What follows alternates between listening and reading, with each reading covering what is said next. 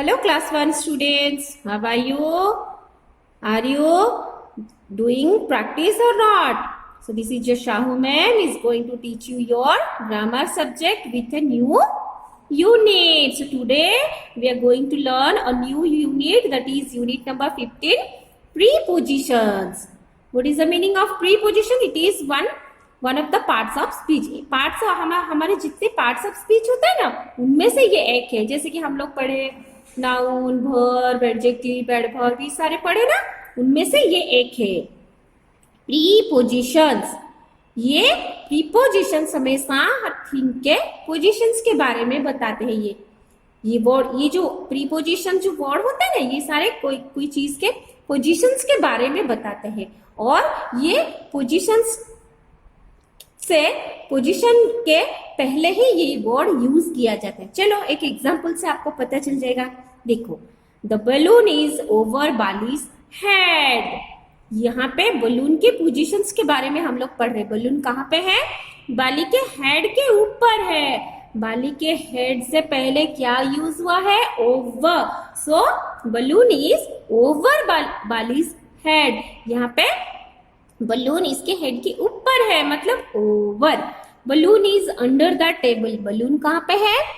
Table के नीचे है. तो अंडर बताता है कि बलून का पोजीशन है कि नहीं. सो बलून के ये थिंग के पोजीशंस के बारे में कौन बताता है? अंडर. किससे पहले ये यूज होता है? जिसके नीचे है उससे पहले यूज होता है. सो इसीलिए prepositions. The balloon is in the box. किसके पोजिशंस के बारे में बात करें? बलून कौन चीज के अंदर है? ये बॉक्स. बॉक्स के पहले लगता है इन. सो इन ही मतलब किसी के अंदर है. Next, the balloon is on the chair. The balloon is on the chair. Chair के ऊपर है इसीलिए ऑन द चेयर. यहाँ पे लग सट के यहाँ पे है. So that's why we have used on. Next, number 5, the balloon is behind Rita's back. The balloon is behind Rita's back. Rita के बैक के पीछे बलून है. सो behind, यहाँ पे on. The balloon is in front of the fire. ये fire के आगे balloon है. सो इसमें क्या लिखते हैं? इन फ्रंट ऑफ मतलब आगे, बिहाइंड मतलब पीछे, ऑन मतलब ऊपर, जिसमें दोनों चीज बलून और चेयर, ये दो चीज मतलब जिस चीज के पोजीशंस के बारे में बात कर रहे हैं और जिस चीज जहां पे है वो दोनों को टच करके अगर है वहां पे ऑन लगता है. The balloon is in the box. Box के अंदर है. Balloon is under the table. Table के नीचे है. The balloon is over Bali's head. Bali के हेड के ऊपर है. यहाँ पे टच नहीं हुआ इसलिए ओवर है. Okay.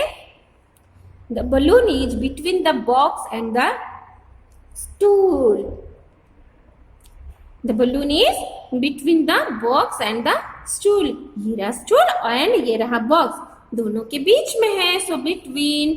The balloon is near the basket. Balloon is near the basket.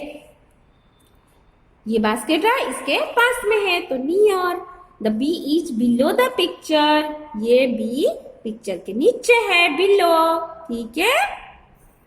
The bee is above the picture.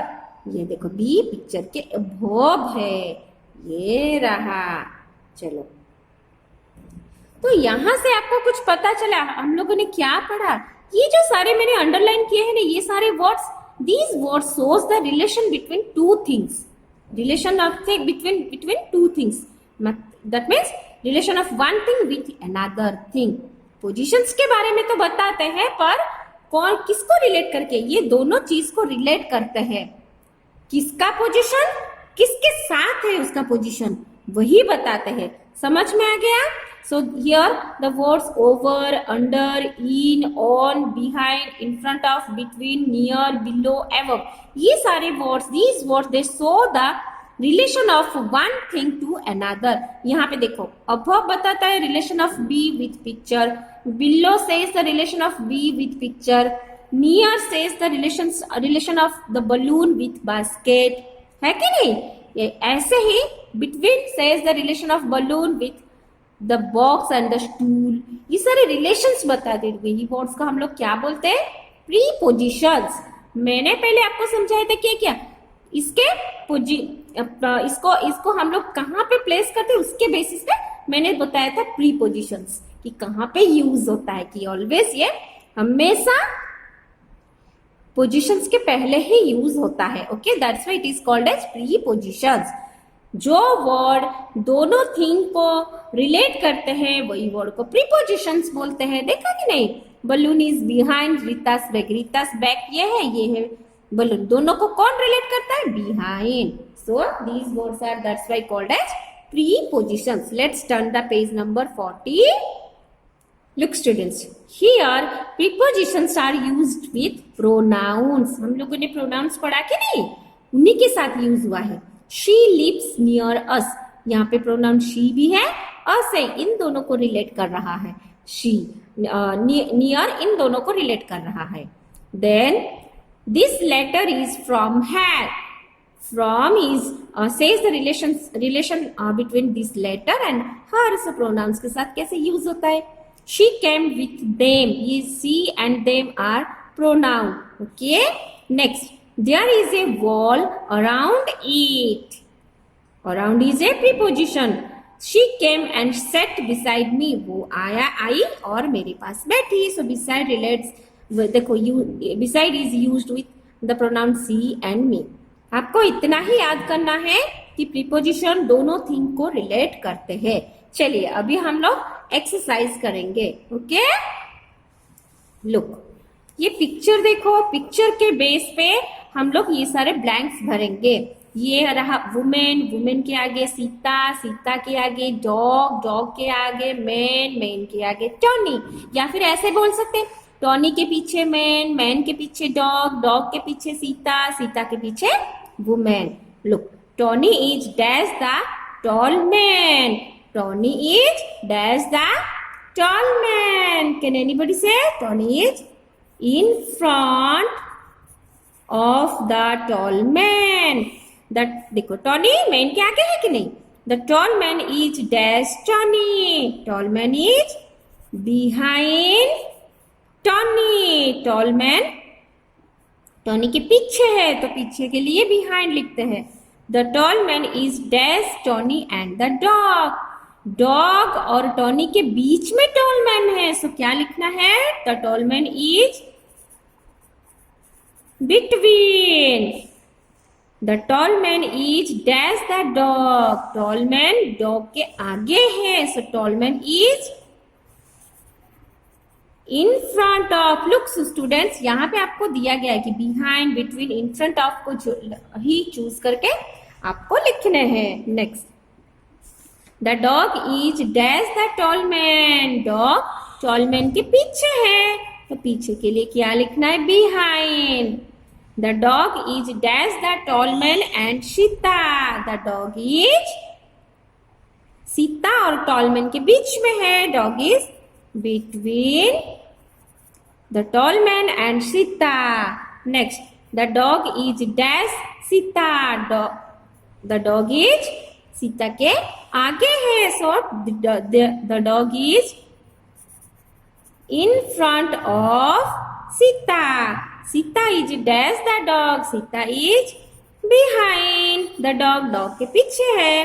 Sita is dash the old woman. Sita is in front of the old woman. Sita old woman के आगे है। The old woman is dash Sita. The old woman is behind Sita. In this manner we have completed all these things.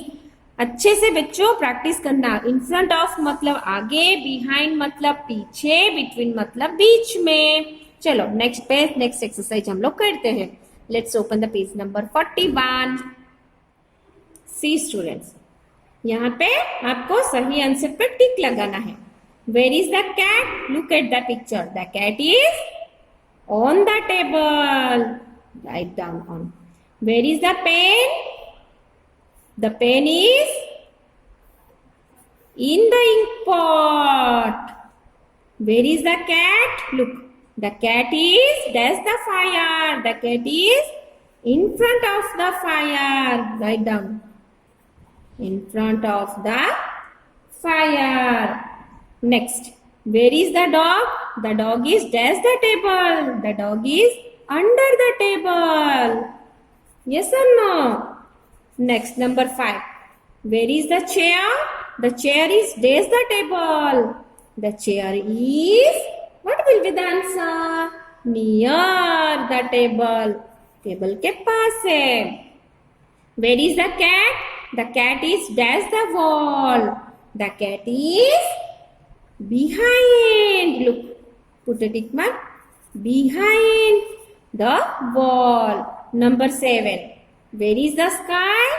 The sky is dash our heads. The sky is above our heads. Write down. Number 8. Where is the bird? The bird is dash the chair and the box. The bird is दोनों के बीच में है. So between. Write down. Between the chair and the box. Where is the light? Light कहाँ पे है? The light is above the table. Light is above the table. Number 10. Where is the bee? The bee is dash the picture. The bee is above the picture. So put a tick mark over here and write down. So similarly we have completed. So students, do practice of the this chapter number 15, that is preposition, very well, because very students feel difficulty while practicing this unit. So complete your textbook and do practice of this unit specially. Okay, and if you have any query, then let me know so that I will make you clear. And till then, bye bye, and we will see you very soon with a new unit and in the new class. Bye bye, have a nice day.